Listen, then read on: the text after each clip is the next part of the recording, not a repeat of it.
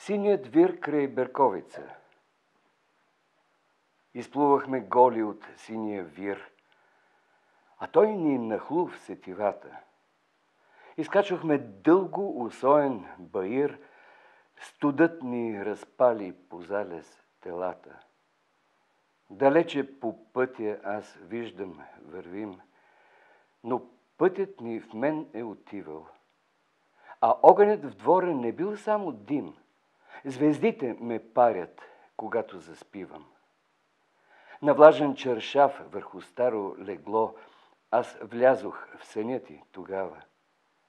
Сега той пулсира по моето чело. Той моята гола душа обладава. Бюрото и лампата, кръг светлина, в разпенен поток в планината. Ухаяна бор, снегове, излина, а долу син залез обхожда земята.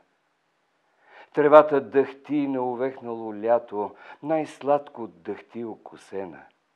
По-топла и близка е днес синевата, под празната тъмна вселена.